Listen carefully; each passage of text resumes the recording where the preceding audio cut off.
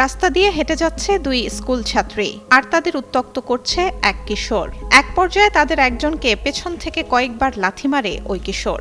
ভিডিওটি সামাজিক যোগাযোগ মাধ্যমে ছড়িয়ে পড়লে এলাকায় সৃষ্টি হয় তোলপাড়। স্কুল থেকে টিসি দেয়া হয় ভুক্তভোগী ছাত্রীকেই। জানা যায়, ভুক্তভোগী ছাত্রী নারায়ণগঞ্জের সোনারগাঁয়ের ওমর আলী উচ্চ বিদ্যালয়ের ৪র্থ শ্রেণীর শিক্ষার্থী। JBS holdings limited. ১ মাস আগে ৭ম শ্রেণীর এক ছাত্রীকে নিয়ে শীতলক্ষ্যা নদীর পাড়ে হাঁটতে যায় সে। তখন তাকে লাথি মারে টিকটক করতে থাকা এক কিশোর। ছেলেটির সঙ্গে থাকা কোনো ব্যক্তি ধারণ করে ওই ভিডিও, ছড়িয়ে দেয় সামাজিক যোগাযোগ মাধ্যমে। এদিকে ক্লাস ফাঁকি দিয়ে ঘুরতে যাওয়ার অভিযোগে ওই ছাত্রীকেই টিসি দিয়েছে স্কুল কর্তৃপক্ষ।